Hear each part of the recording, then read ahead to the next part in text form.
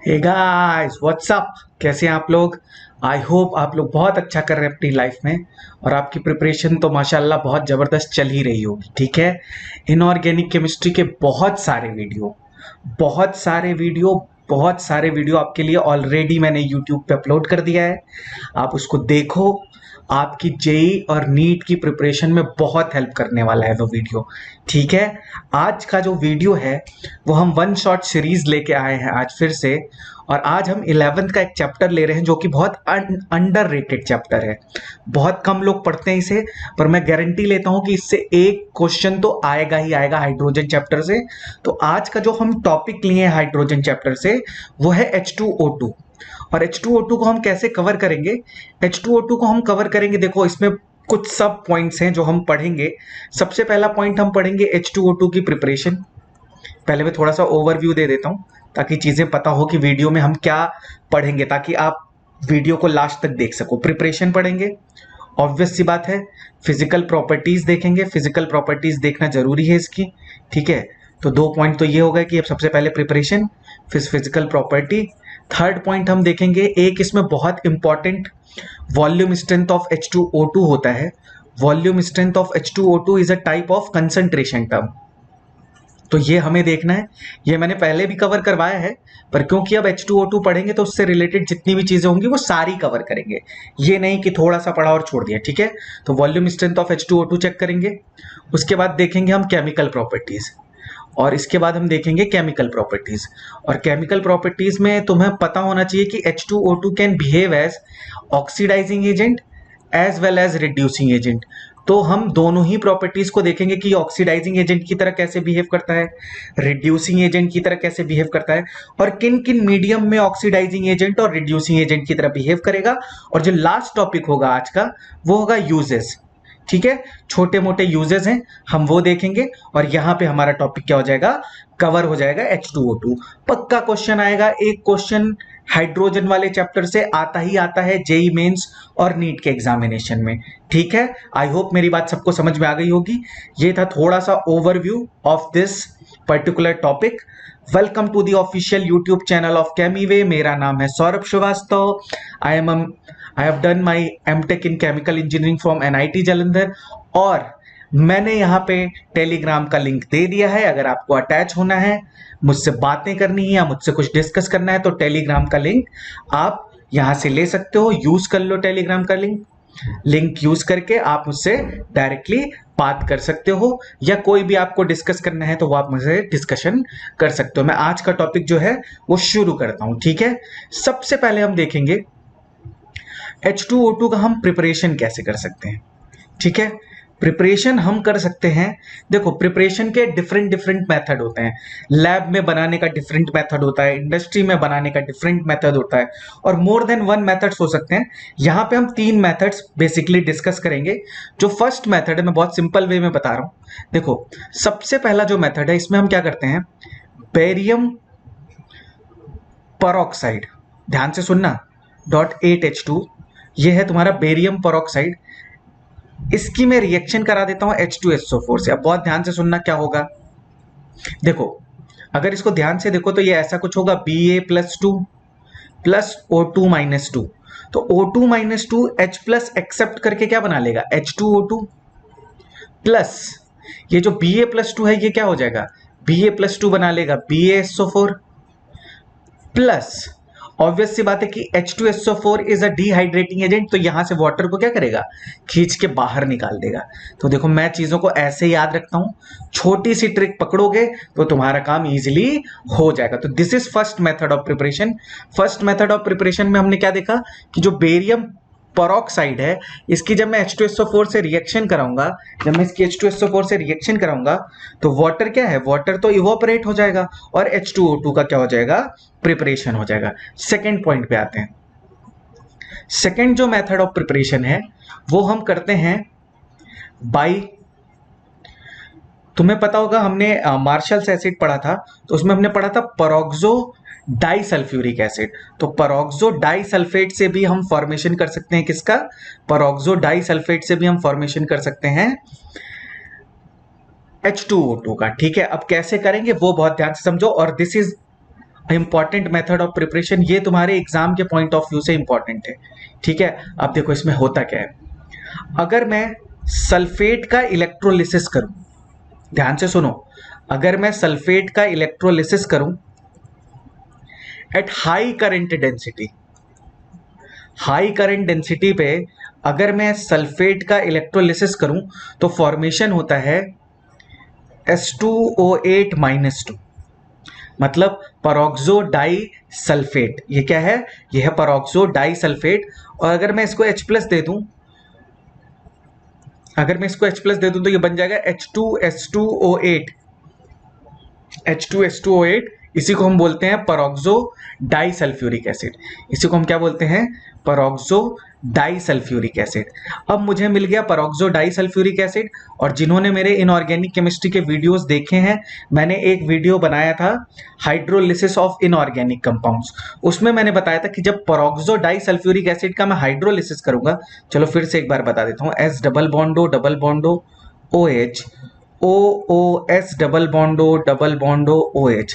जब मैं इसकी वाटर के साथ रिएक्शन कराऊंगा तो तुम्हें मैंने क्या बताया था कि वाटर जो है वो सल्फर पे अटैक करेगा, ठीक है। देखो मैकेनिज्म है, ये वाला बॉन्ड ब्रेक होगा, ये वाला बॉन्ड जब दोबारा फॉर्म होगा तो यहां से ये वाला बॉन्ड ब्रेक हो जाएगा, तो ये बन जाएगा H2SO4 प्लस H2SO5। और H2SO5 की अगर मैं फर्दर क्या कर दूं हाइड्रोलिसिस, तो फॉर्मेशन हो जाएगा H2SO4 प्लस H2O2। देखो कितना अच्छा मेथड है। तो this is second method of preparation of H2O2, ठीक है। ये बात मेरे ख्याल से सबको समझ में आ गई होगी, तो बहुत कम याद करते हुए भी हम चीजों को कर सकते हैं, ठीक है। थर्ड मेथड ऑफ प्रिपरेशन देखते हैं। थर्ड मेथड ऑफ प्रिपरेशन क्या है, थर्ड मेथड ऑफ प्रिपरेशन है कि हम एंथ्राक्विनॉल के यूज करते हैं। अब एंथ्राक्विनॉल क्या होता है, पहले मैं स्ट्रक्चर बना देता हूं, देखो ध्यान से देखना। 3 बेंजीन रिंग है, तीनों को फ्यूज कर दो, double bond single bond double bond double bond, double bond single bond double bond. ये देखो यहाँ पे OH, यहाँ पे OH, और इस पोजीशन पे हम लगाएंगे C2H5। इसको हम बोलते हैं 2 एथाइल, इसको हम बोलते हैं 2 एथाइल एंथ्राक्विनॉल, एंथ्राक्विनॉल, क्विनॉल, ठीक है, एंथ्राक्विनॉल। इसका अगर मैं ऑक्सीडेशन कर दूं, तो ध्यान से सुनना, अगर मैं इसका ऑक्सीडेशन कर दूं विथ एयर, तो एयर में प्रेजेंस होगा O2, तो उससे मेरा फॉर्म हो जाता है एंथ्राक्विनॉन फॉर्म हो जाता है, 2 एथाइल एंथ्राक्विनॉन फॉर्म हो जाता है, प्लस बनता है H2O2। तो इसमें क्या होगा, एंथ्राक्विनॉन क्या होगा, देखो बहुत सिंपल है यार, ये ध्यान से देखो, double bond O, double bond O, सब कुछ सेम है, बस डबल बॉन्ड O आ गया, C2H5 प्लस H2O2, इसको हम बोलेंगे एंथ्राक्विनॉल। और अगर मैं इसका रिडक्शन कर दूं H2 in the presence of PD और PT, तो ये दोबारा किस में कन्वर्ट हो जाएगा, ये दोबारा कन्वर्ट हो जाएगा एंथ्राक्विनॉल में। किस में कन्वर्ट हो जाएगा, एंथ्राक्विनॉल में। तो ये 3 इंपॉर्टेंट मेथड ऑफ प्रिपरेशन है जो आपको पता होनी चाहिए। ये चीज हमेशा याद रखना कि ये दोनों ही इंपॉर्टेंट है, ये भी पिछली साल IIT में पूछा था, ठीक है। तो इससे भी हम क्या करते हैं, इससे भी हम H2O2 का क्या करते हैं, प्रिपरेशन करते हैं, ठीक है। तो तीनों मेथड ऑफ प्रिपरेशन मैंने तुमको समझा दी है, बहुत सिंपल सी मेथड ऑफ प्रिपरेशन है, एक बार चेक कर लेना तुम्हें आ जाएगी। अब हम देखते हैं इसकी फिजिकल प्रॉपर्टीज। तो नेक्स्ट पॉइंट हम देखेंगे फिजिकल प्रॉपर्टीज। अब फिजिकल प्रॉपर्टीज में हम क्या देखते हैं कि उसकी डेंसिटी क्या है, वो वाटर से ज्यादा हैवी है, तो अगर वाटर से ज्यादा हैवी होगा तो उसकी डेंसिटी ज्यादा होगी। डाइलेक्ट्रिक कांस्टेंट देखेंगे, बॉइलिंग पॉइंट देखेंगे, मेल्टिंग पॉइंट देखेंगे, कलर देखेंगे। तो सबसे पहला पॉइंट है कि H2O2 is colourless liquid, colourless liquid. तो पहला पॉइंट तो सिंपल सा है, कलरलेस लिक्विड होता है। सेकेंड पॉइंट है कि extent of hydrogen bonding is more than water, extent of hydrogen bonding, important point है ये याद रखना, extent of hydrogen bonding is more than water, so boiling point will be more, ठीक है। इसका बॉइलिंग पॉइंट वाटर से क्या होगा, ज्यादा होगा। ये एकदम परफेक्ट बात है, ये तुम्हें पता होनी चाहिए, क्योंकि उसमें हाइड्रोजन बॉन्डिंग का एक्सटेंट क्या होगा, ज्यादा होगा। और क्या इंपॉर्टेंट पॉइंट है इसमें, और ये पॉइंट है कि density is more than water, density is more than water. और क्या इंपॉर्टेंट पॉइंट है इसमें, फोर्थ पॉइंट ये इंपॉर्टेंट है कि dielectric constant is more than water. But हम इसको as a ionising solvent use नहीं करते हैं। क्यों? क्योंकि ये ऑक्सीडाइज कर देता है अदर आयंस को, तो ये खुद भी क्या हो जाएगा, डीकंपोज हो जाएगा। तो dielectric constant is more but not used as more than water, but not used as ionising solvent. Simple से पॉइंट है, इसमें कोई इंपॉर्टेंट पॉइंट, एक ये इंपॉर्टेंट पॉइंट है, इसको याद रखना कि इसका बॉइलिंग पॉइंट वाटर से ज्यादा होता है, क्योंकि इसमें हाइड्रोजन बॉन्डिंग का एक्सटेंट क्या होता है, हाइड्रोजन बॉन्डिंग का एक्सटेंट भी ज्यादा होता है इसमें, ठीक है। क्योंकि देखो इसमें 2 ऑक्सीजन है, तो extent of hydrogen bonding obviously ज्यादा होगी इसमें वाटर से, ठीक है। ठीक है, चलो यहां तक सबको पॉइंट क्लियर हो गया होगा, यहां तक किसी को कोई प्रॉब्लम नहीं होगी। अब हम लोग देखेंगे एक जो मैंने तुम्हें बोला था कि वॉल्यूम स्ट्रेंथ ऑफ H2O2, ये एक इंपॉर्टेंट होता है, फिजिकल केमिस्ट्री में भी पूछ सकता है और यहां पे भी पूछ सकता है, ठीक है। तो हम पहले हेडिंग ही डाल देते हैं कि वॉल्यूम स्ट्रेंथ ऑफ H2O2, ठीक है। हेडिंग डाल लेना कि वॉल्यूम स्ट्रेंथ ऑफ H2O2 क्या होता है, वॉल्यूम स्ट्रेंथ ऑफ H2O2 कैसे उसको हम यूज करते हैं वो मैं बताता हूं। देखो अगर मैं बोलूं, पहली चीज तो तुम्हें यह पता होना चाहिए कि volume strength of H2O2 actually में है क्या। अगर मैं तुम्हें बताऊं वॉल्यूम स्ट्रेंथ ऑफ H2O2 की डेफिनेशन बताऊं, तो वॉल्यूम स्ट्रेंथ ऑफ H2O2 होता है कि द अमाउंट ऑफ या the volume of O2 produced at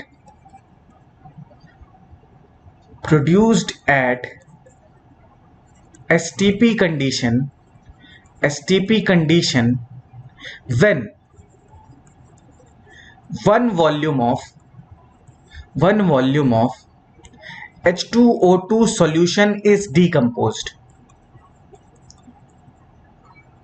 मतलब अगर मैं 1 लीटर H2O2 सॉल्यूशन को लूं और उसको डीकंपोज करूं तो कितना वॉल्यूम ऑफ O2 प्रोड्यूस होगा एट STP, उसी को हम बोलते हैं वॉल्यूम स्ट्रेंथ ऑफ H2O2। अब इस चीज को अगर मैं समझाऊं, जैसे मान लो एक फिगर से मैं तुम्हें समझाता हूं कि जैसे मैं मान लो लिखूं, अगर मैं इसको लिखूं यहां पे, अगर मान लो मैं लिखूं कि 10 वॉल्यूम H2O2 सॉल्यूशन, तो 10 वॉल्यूम H2O2 सॉल्यूशन का मतलब क्या होगा कि if 1 volume of H2O2 is decomposed, then 10 volume of O2 is produced 10 volume of O2 is produced at STP।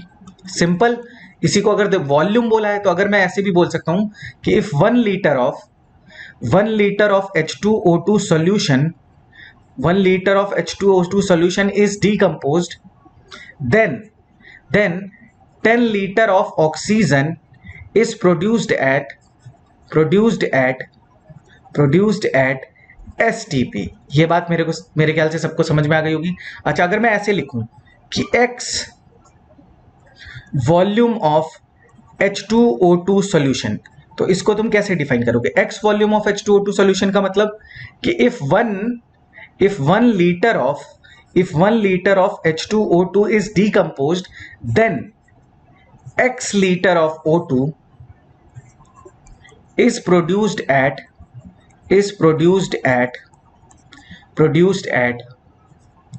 STP। ये बात मेरे ख्याल से सबको समझ में आ गई होगी। अब तुम्हें अगर रिएक्शन पता चल जाए तो तुम कोई भी न्यूमेरिकल सॉल्व कर सकते हो, ठीक है। तो मैं एक रिएक्शन तुम्हें बता देता हूं, उसके बाद तुम ट्राई करना कि हम कैसे सॉल्व कर सकते हैं। फॉर्मूला मैंने पहले भी बताया है, पर चलो पहले मैं इक्वेशन बता देता हूं कि H2O2 को जब मैं हीट करूंगा तो डिसप्रपोर्शनेशन रिएक्शन होती है और ये कन्वर्ट हो जाता है H2O प्लस O2 में। अब इसको बैलेंस करो तो ऑब्वियसली H2O2 है, H2O है, ये हाफ आ जाएगा, ठीक है। तो half moles of O2 produce होगा when 1 mole of H2O2 is present. अगर H2O2 का मैं 1 मोल लेता हूं और उसको डीकंपोज करता हूं तो half mole of O2 produce होगा। तो कितना वॉल्यूम प्रोड्यूस होगा वो अभी हम नेक्स्ट पेज पे देखते हैं, ठीक है। तो ये इक्वेशन सबको पता होनी चाहिए और ये पता होना चाहिए this is a type of disproportionation reaction, proportionation reaction, proportionation reaction. तो डिसप्रोपोर्शनेशन रिएक्शन क्या होती है, देखो ये -1 ऑक्सीडेशन स्टेट में प्रेजेंट है, ये -2 में कन्वर्ट हो गया, और -1 से 0 में कन्वर्ट हो गया। तो एक बार रिडक्शन हो गया सेम मॉलिक्यूल का, और एक बार ऑक्सीडेशन हो गया सेम मॉलिक्यूल का। When same molecule is oxidise as well as reduced simultaneously, that kind of redox reaction is called disproportionation reaction। ठीक है, यहां तक ये पॉइंट सबको समझ में आ गया है। अब मैं तुम्हें इसकी कैलकुलेशन दिखाता हूं विद एन एग्जांपल। ठीक है, तो आओ हम एक क्वेश्चन देख लेते हैं, उसके बाद हम आगे बढ़ते हैं। तो चलो मैं क्वेश्चन बोल रहा हूं कि कैलकुलेट द, बहुत सिंपल है, calculate the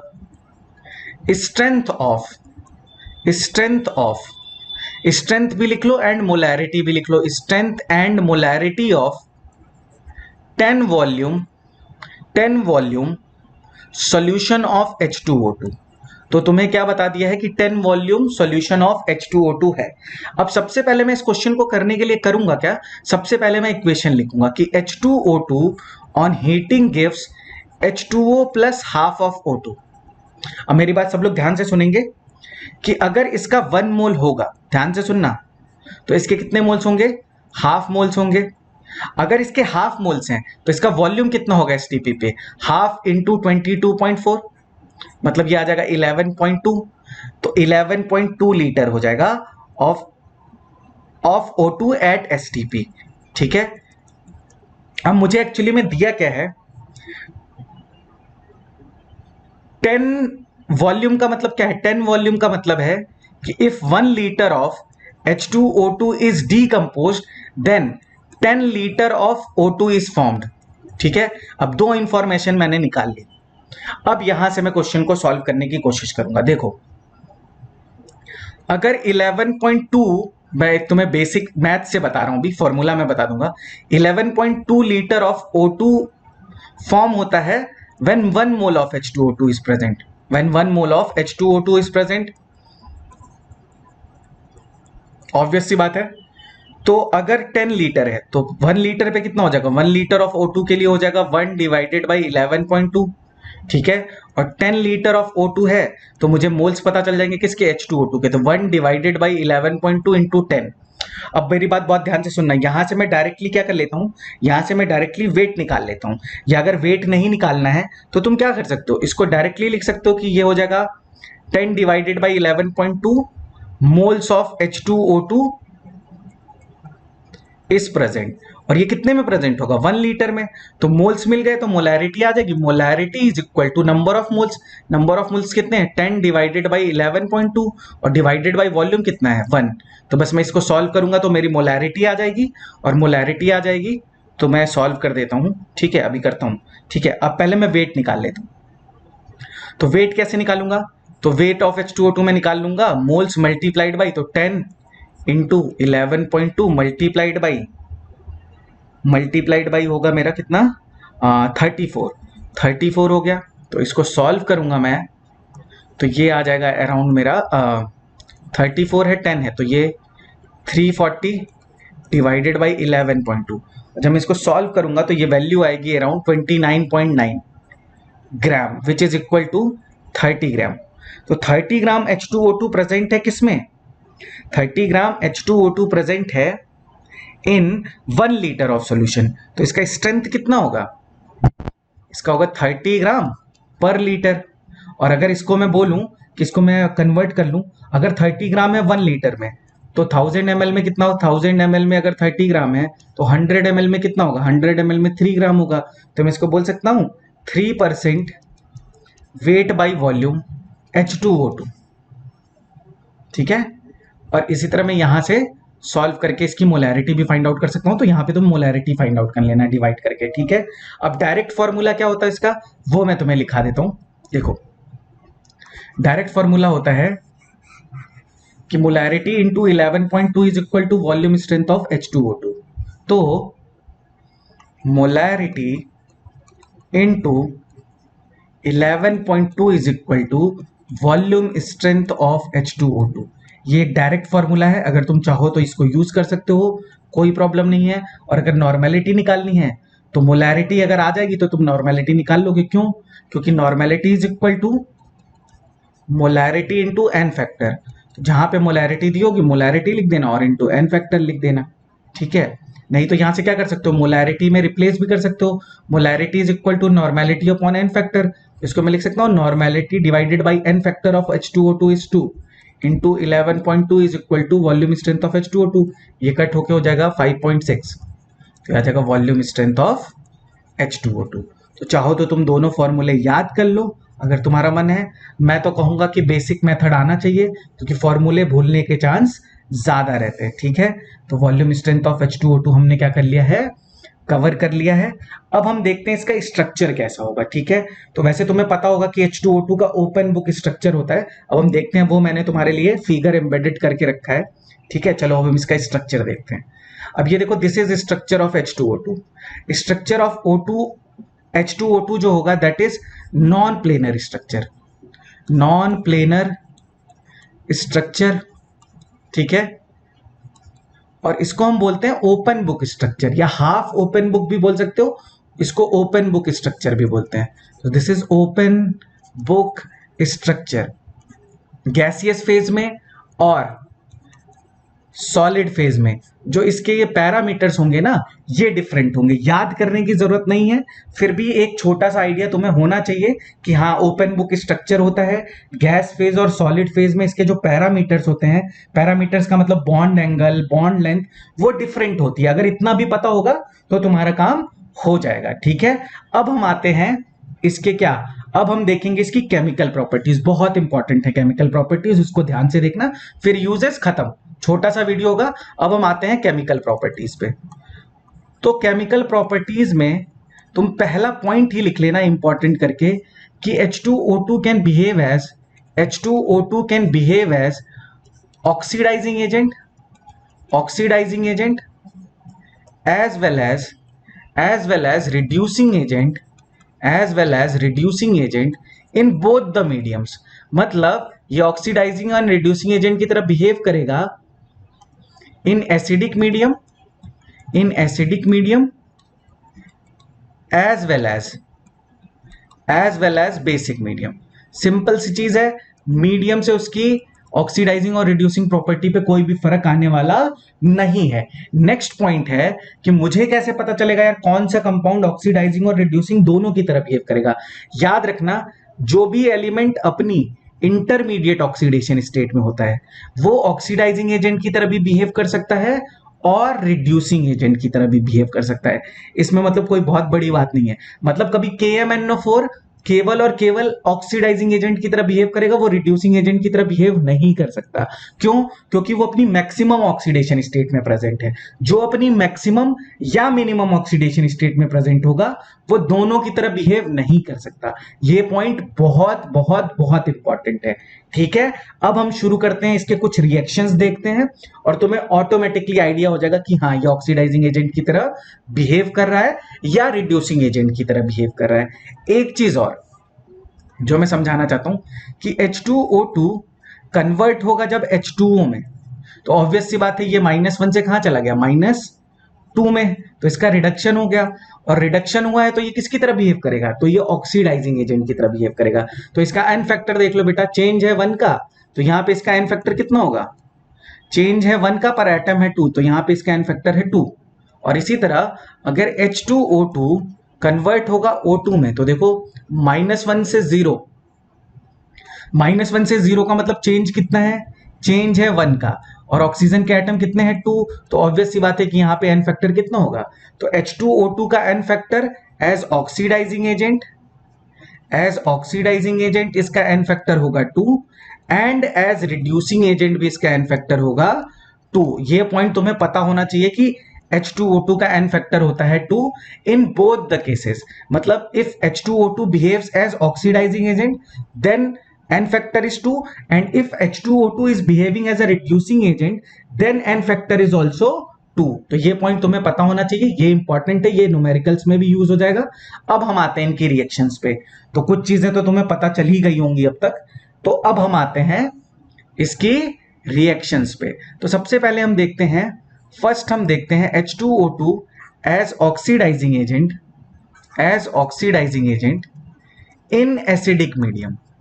in acidic medium कोई फर्क नहीं पड़ने वाला है, चीजें वैसी ही होंगी। देखो अगर मैं इसकी रिएक्शन करा दूं, मान लो Fe+2 है और H2O2 है, तो ये क्या है, ये अपनी लोअर ऑक्सीडेशन स्टेट में है, तो H2O2 उसको क्या कर देगा, हाइयर ऑक्सीडेशन स्टेट में कन्वर्ट कर देगा, तो इसको भेज देगा Fe+3 में और खुद कन्वर्ट हो जाएगा -1 से -2 में।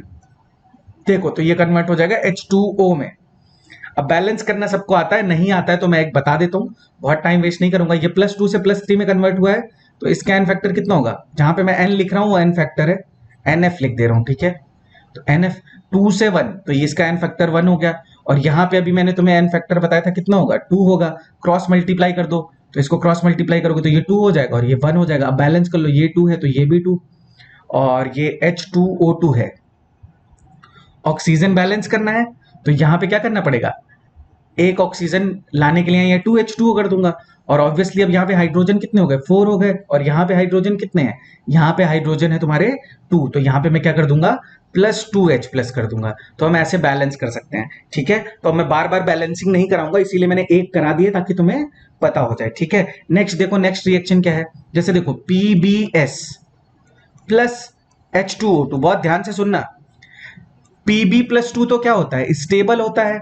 Pb जो +2 है वो स्टेबल होता है, तो इसको तो +4 में भेजेगा नहीं, क्योंकि तुम्हें पता होगा कि डाउन दी ग्रुप जाने पे, मैं एक चीज बता देता हूं, CCJ सन Pb, क्योंकि ये क्वेश्चन आ सकता है तुम्हारे माइंड में कि Pb+2 को Pb+4 में क्यों नहीं भेजा, क्योंकि डाउन दी ग्रुप जाने पर क्या होगा, +2 मतलब lower oxidation state is more stable, so वो Pb+2 स्टेबल है, तो ये S-2 को क्या करेगा, S-2 को सल्फेट में कन्वर्ट कर देगा, तो ये बेटा कन्वर्ट हो जाएगा Pb, तो ये बन जाएगा तुम्हारा PbSO4 प्लस प्लस, ऑब्वियस सी बात है ये H2O हो जाएगा, ठीक है। अब इसको बैलेंस करते हैं जल्दी से, -2 से +6 कितने का चेंज है, 8 का चेंज है, तो ये 8 हो गया, और H2O2 तो ये एन फैक्टर 2 हो गया। अब ये 2 से देखो डिवाइड हो जाएगा, तो 2 से डिवाइड हो जाएगा तो ये हो गया 4, ये हो गया 1, 4 से मल्टीप्लाई कर दो, ये 4H2O2 हो गया, ये PbSO4 हो गया।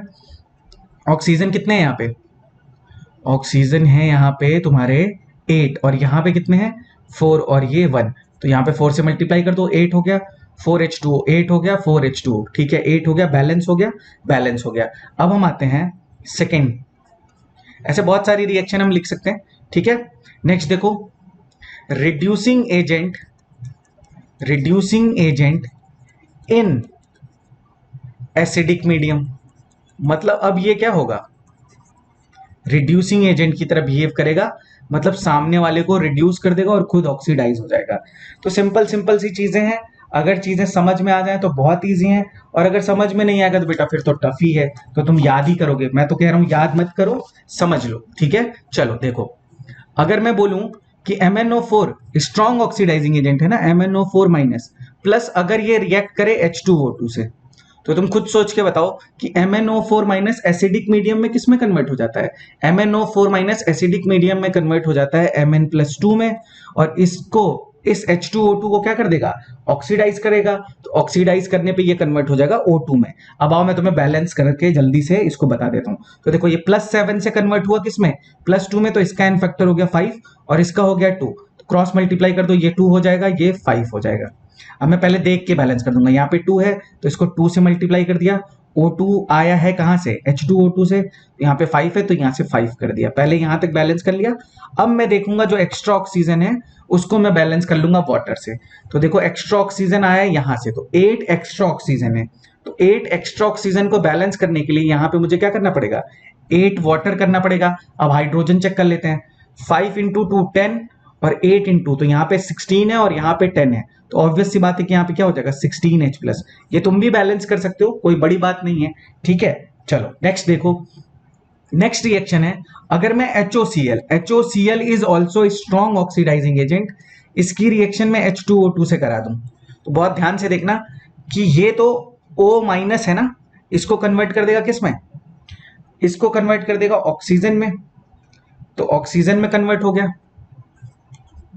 प्लस ऑक्सीडाइजिंग एजेंट इसको ऑक्सीजन में कन्वर्ट कर दिया, plus Cl- plus H plus, और इसको जब मैं बैलेंस करूंगा तो एक वाटर मुझे ऐड करना पड़ेगा, तो water plus H plus gives H3O plus. ये देखो बैलेंस्ड इक्वेशन है, तुम चेक कर लेना।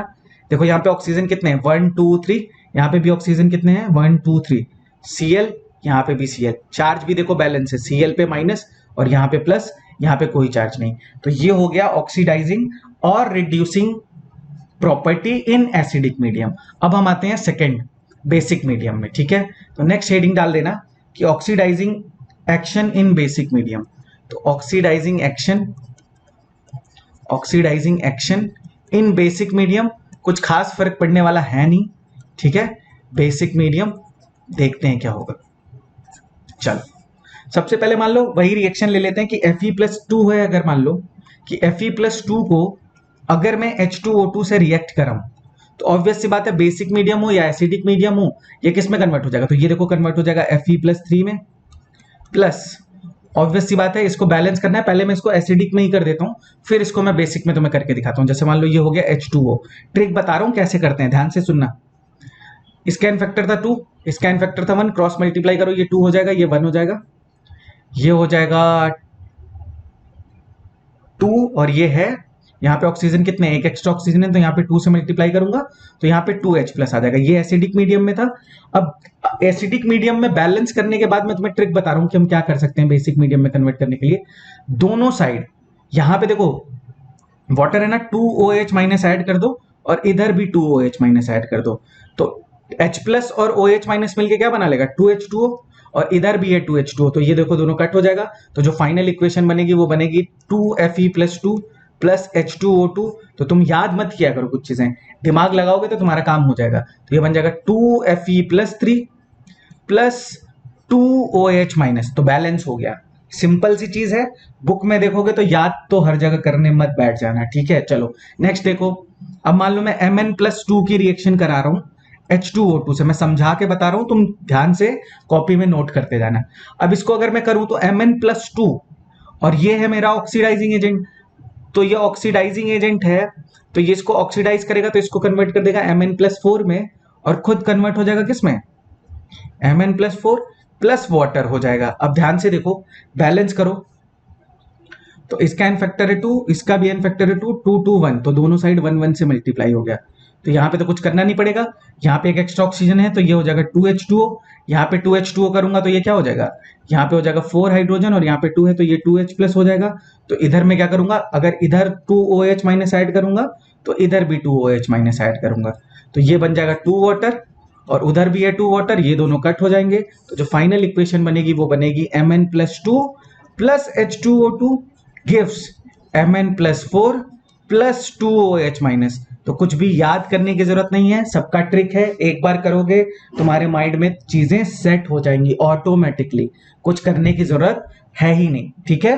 तो नेक्स्ट पॉइंट उठाते हैं। अब ऑक्सीडाइजिंग एक्शन हो गया इन बेसिक मीडियम, अब हम उठाते हैं reducing action in basic medium. तो अब हम ले लेंगे रिड्यूसिंग एक्शन। आई होप यहां तक सबको बातें समझ में आ गई होंगी, ठीक है। अगर किसी को कोई प्रॉब्लम होगी तो प्लीज वो मुझे कमेंट सेक्शन में बता देगा कि मुझे इस चीज में प्रॉब्लम है, मैं उसकी प्रॉब्लम को सॉल्व करने की कोशिश जरूर करूंगा, ठीक है। तो अब हम देखेंगे reducing action in basic medium. तो reducing action in basic medium का मतलब, चलो अब हम ध्यान से देखते हैं कि हम इसमें करना क्या है। जैसे मान लो I2 है, I2 इज ऑक्सीडाइजिंग एजेंट, और यहां पे क्योंकि ये स्ट्रॉन्ग ऑक्सीडाइजिंग एजेंट है तो खुद तो ये कन्वर्ट हो जाएगा किस में, I माइनस में, और इन भाई साहब को ये कन्वर्ट किस में कर देगा, O2 में। अब इसको बस हमें बैलेंस कर लेना है, इसको हमें क्या कर लेना है, बैलेंस कर लेना है। तो अगर मैं इसको बैलेंस करूंगा तो ध्यान से देखो कैसे बैलेंस होगा। पहले तुम इसको किस में क्या करो, पहले तुम इसको वही एसिडिक मीडियम में कर लिया करो नॉर्मल, ठीक है। तो ये देखो I2 है, यहाँ पे 2 है तो यहाँ पे 2 से मल्टीप्लाई कर लूंगा तो 2I माइनस बन जाएगा। H2O2 है, यहाँ पे H2O2 है और यहाँ पे O2 है, तो ऑक्सीजन तो मुझे ठीक ठाक सा बैलेंस सा लग रहा है, ठीक है। अब मैं क्या करूंगा, हाइड्रोजन किधर एक्स्ट्रा लाना पड़ेगा, इधर 2 हाइड्रोजन है, इधर हाइड्रोजन नहीं है, तो यहाँ पे मैं क्या कर दूंगा, यहाँ पे मैं कर दूंगा 2H प्लस। अब इसको बेसिक मीडियम में बैलेंस करना है तो दोनों साइड चेंज जब करेंगे, अब ये बैलेंस हो चुका है, अब जब चेंज करूंगा तो दोनों साइड करूंगा, तो यहाँ पे क्या कर दूंगा 2OH माइनस इधर भी ऐड कर दूंगा और 2OH माइनस इधर भी ऐड कर दूंगा। अब यहाँ पे कुछ कट तो हो नहीं रहा है मेरे ख्याल से, तो ये जो फाइनल रिएक्शन बनेगी ये बनेगी I2 plus H2O2 plus 2OH minus. यही सब रिएक्शन याद करते हो, याद करने की जरूरत नहीं है। 2I माइनस, कोई बोले इनऑर्गेनिक केमिस्ट्री टफ है, बोल देना नहीं टफ नहीं है, समझने की जरूरत है बस। ये हो जाएगा 2H2O प्लस हो जाएगा O2। बताओ क्या टफ है इसमें, याद करोगे तो टफ है ऑब्वियसली। चलो नेक्स्ट इक्वेशन देख लेते हैं, लास्ट इक्वेशन, और इसके बाद हम खत्म करते हैं, ठीक है।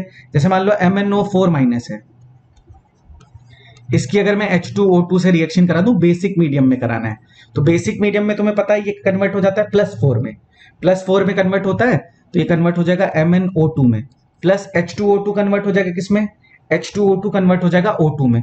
यहां तक अगर तुमने लिख लिया तो तुम्हारा काम इजी हो गया। ये देखो +7 से कहां जाएगा, ये +7 से +4, और ये -1 से 0, तो इसका एन फैक्टर कितना हो गया 2, और इसका एन फैक्टर कितना हो गया 3, क्रॉस मल्टीप्लाई करो, ये हो गया 3, ये हो गया 2। अब हम देख देख के बैलेंस करते हैं, 2 है तो यहां पे मैंने 2 लिख दिया, ठीक है। उसके बाद यहाँ पे 3 × 2 6 है, तो यहाँ पे भी मैं क्या लिख दूंगा 3 लिख दूंगा। अब मैं देख के बैलेंस करूंगा, बहुत ध्यान से सुनना। अब ऑक्सीजन पहले चेक करो कितने एक्स्ट्रा हैं, 4 × 2 मतलब 8, और 3 × 6 ये वाले ऑक्सीजन मैंने बैलेंस कर दिए थे, और ये वाले मुझे बैलेंस करने हैं, तो 2 × 2 4 यहाँ पे पहले से हैं, तो मैं यहाँ पे क्या कर दूंगा 2H2O कर दूंगा। अब मैं देखूं हाइड्रोजन बैलेंस है, हाइड्रोजन अगर बैलेंस नहीं होगा तो हाइड्रोजन हमें बैलेंस करना पड़ेगा, ठीक है।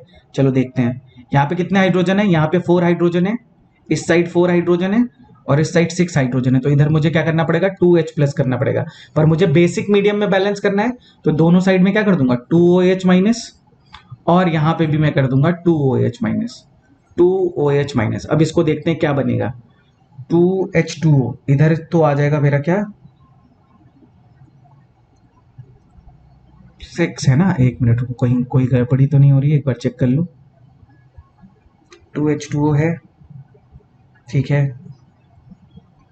4 × 2, ठीक है। देख लेते हैं, बैलेंस कर लेते हैं, अगर बैलेंस हो जाएगा तो बहुत अच्छी बात है। 2MnO4 माइनस प्लस 3H2O2, और बैलेंस नहीं होगा तो मैं फिर करूंगा इसको रब करके, ठीक है। 2OH minus gives 2MnO2 plus 3O2 plus 2H2O plus ये भी 2H2O, तो ये 4H2O हो जाएगा ना, तो 4H2O, ठीक है। अब मैं पहले चेक करूंगा, अगर बैलेंस नहीं होगा तो मैं फिर से करूंगा, ठीक है। चलो देखते हैं, Mn बैलेंस है, Mn देख लेते हैं, 2Mn बैलेंस है। फिर ऑक्सीजन चेक करते हैं, ऑक्सीजन कितने 8 लिख लेना साइड में तुम, 2 4 = 8 और 3 × 6, तो ये हो गया और ये 2 हो गया। कुछ तो बैलेंसिंग में प्रॉब्लम हुई है, एक बार मैं इसको फिर से सही से करने की कोशिश करता हूँ, ठीक है। हाँ एक बार फिर से करता हूँ, ठीक है। तो 3H2O2, ठीक है, और ये हाँ अब करते हैं, ठीक है। अब ध्यान से देखो क्या है, 2MnO4 माइनस बिल्कुल सही है, 3H2O2 ये भी बैलेंस है, यहाँ तो हमने कर ही लिया था क्रॉस मल्टीप्लाई, इसको 2 से मल्टीप्लाई किया, ठीक है, और इसको भी मैंने,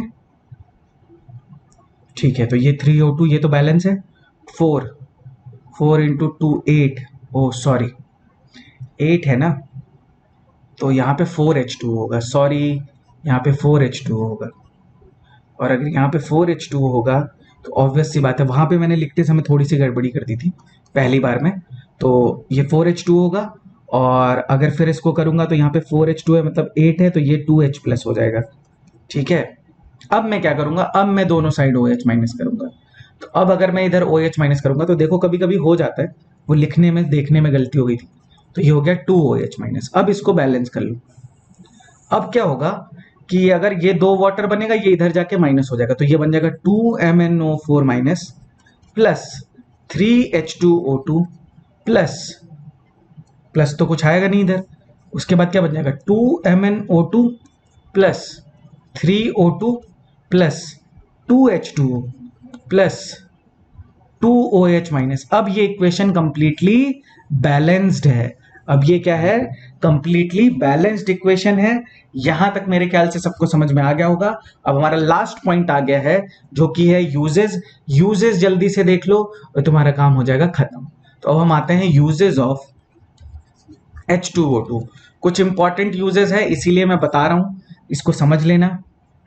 पहला इंपॉर्टेंट पॉइंट होता है कि this is used as a mild disinfectant. Disinfectant, ठीक है, तो ये माइल्ड डिसइंफेक्टेंट की तरह यूज होता है। और एक इसको हम सेल करते हैं एज ए एंटीसेप्टिक, उसका नाम होता है परहाइड्रॉल। तो परहाइड्रॉल इज अ एंटीसेप्टिक। परहाइड्रॉल ये क्वेश्चन आ चुका है, इज एंटीसेप्टिक। ये जो है ये एक्चुअली में H2O2 ही है। Perhydrol is antiseptic which is H2O2, ठीक है। नेक्स्ट थर्ड इंपॉर्टेंट इसका यूज है, it is used as mild bleaching agent. और इसका ब्लीचिंग एक्शन किस वजह से होगा, bleaching action is due to oxidation, तो this is mild bleaching agent, ठीक है। फोर्थ इसका इंपॉर्टेंट पॉइंट है कि it is used in pollution control. It is used in pollution control. कैसे यूज करते हैं इसको, यूज करते हैं for treatment of domestic and industrial effluent. और किस लिए यूज करते हैं, इसी में बी पॉइंट आएगा जो ट्रीटमेंट वाला हम कर रहे हैं, टू रीजनरेट या एरोबिक कंडीशन का रीस्टोरेशन के लिए। तो रीस्टोरेशन ऑफ एरोबिक